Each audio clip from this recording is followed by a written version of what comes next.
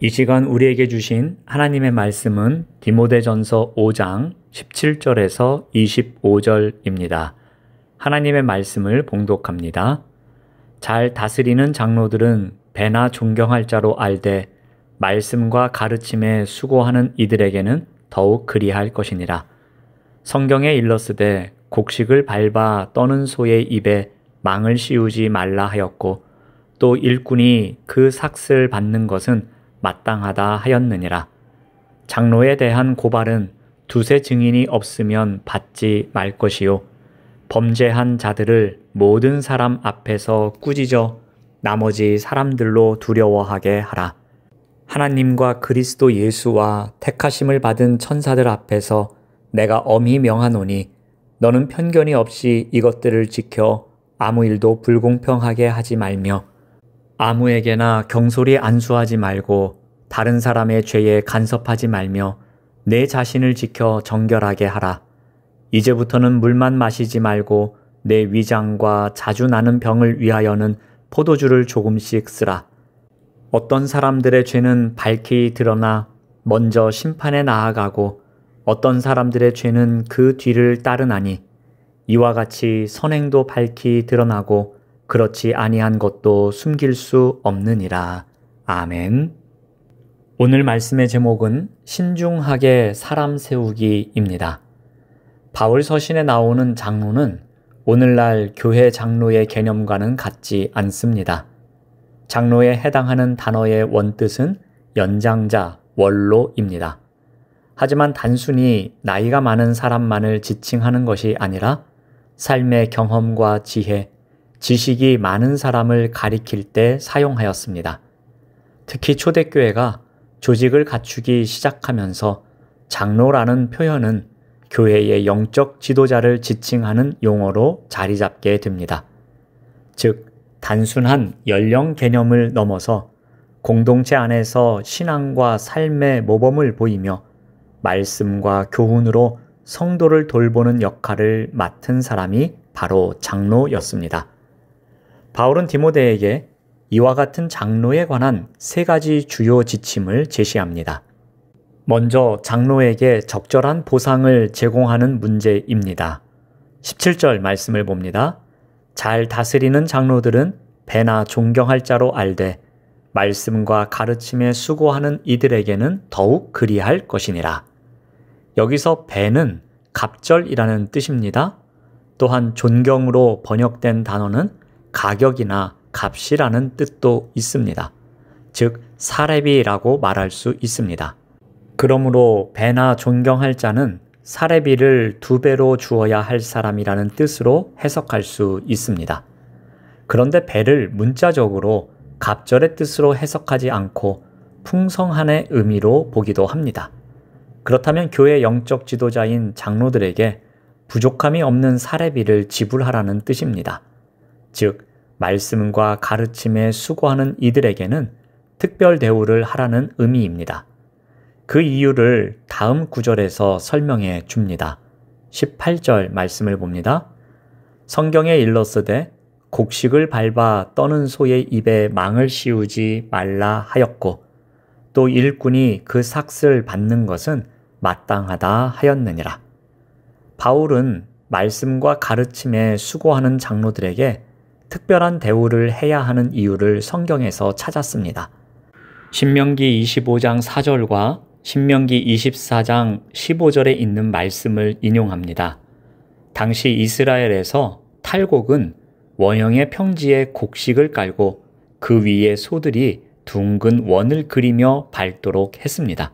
소가 원형을 돌면서 곡식단을 밟으면 탈곡이 되었는데 당시에는 일하는 소에게 바닥이 떨어진 곡식을 먹지 못하도록 소의 입에 망을 씌웠습니다. 그러나 하나님께서는 율법을 통해 이렇게 하지 말라고 말씀하셨습니다. 일하는 소에게 충분히 먹을 것을 주도록 하신 것입니다. 일하는 소에게는 먹을 것을 주고 일하는 일꾼에게는 삭슬 주는 것이 마땅하듯이 교회에서 복음을 위해 일하는 자들에게 그 대가를 주는 것이 합당함을 알려줍니다. 두 번째로 장로에 대한 비판과 징계에 대한 이야기입니다. 장로에 대한 고발이 있을 경우 어떻게 해야 하는지를 알려줍니다. 19절 말씀을 봅니다. 장로에 대한 고발은 두세 증인이 없으면 받지 말 것이요. 교회 내 영적 지도자들에 대한 무분별한 송사를 막도록 두세 증인이 없으면 받지 말라고 합니다. 이 또한 신명기 말씀에 근거한 것으로 교회 지도자들이 쉽게 비판과 고발의 대상이 되는 것을 방지하기 위함입니다. 하지만 범죄 사실이 드러나면 공개적으로 꾸짖을 것을 권면합니다. 20절 말씀을 봅니다. 범죄한 자들을 모든 사람 앞에서 꾸짖어 나머지 사람들로 두려워하게 하라. 범죄 사실이 드러나고 두세 증인의 고발로 피소되었다면 당사자는 자신의 죄를 회개해야 합니다. 범죄를 인정하고 회개하면 용서해줘야 합니다. 그래야 교회가 교회다운 모습을 가질 수 있습니다.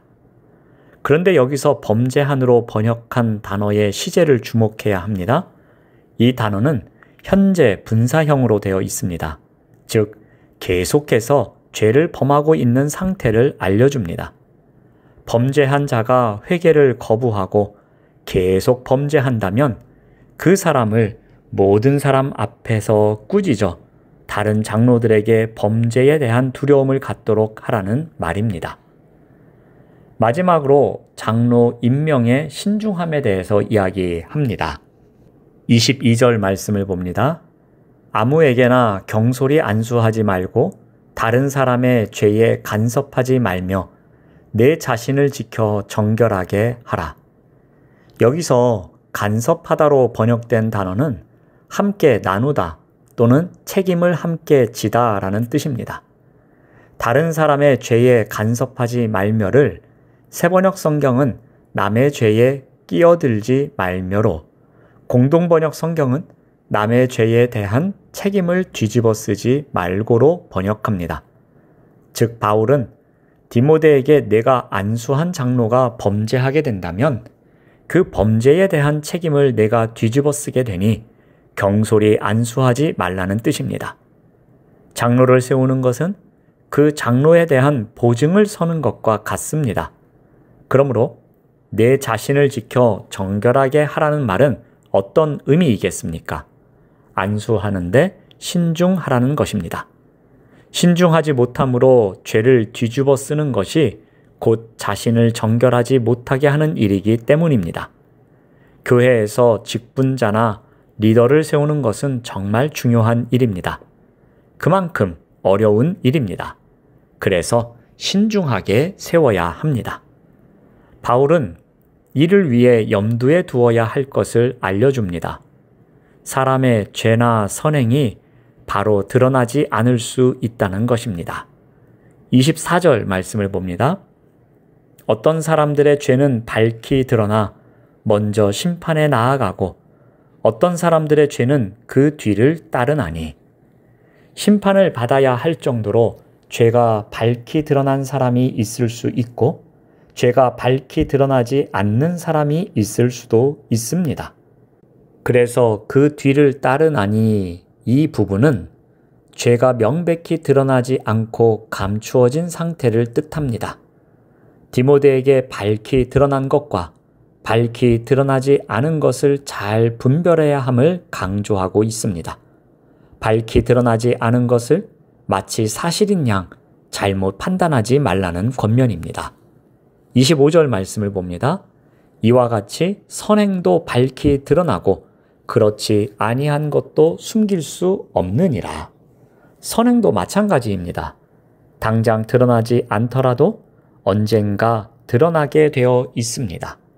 그러므로 장로 임명 과정에서 충분한 시간을 두고 먼저 시험해 보는 것이 중요함을 강조합니다. 교회는 예수 그리스도의 몸입니다. 그러므로 교회 안에서 사람을 세우는 일은 언제나 신중해야 합니다. 지도자를 세우는 것도 돌보는 것도 모두 주님의 일을 감당하는 거룩한 일입니다. 우리는 감정이나 편견이 아닌 믿음과 지혜로 이 사명을 감당해야 할 것입니다. 기도하겠습니다. 하나님 감사합니다. 사람을 세우는 것도 돌보는 것도 모두 주님의 일을 감당하는 거룩한 일입니다. 이 일에 믿음과 지혜로 사명을 잘 감당할 수 있도록 인도하여 주시옵소서. 예수님의 이름으로 기도드립니다. 아멘.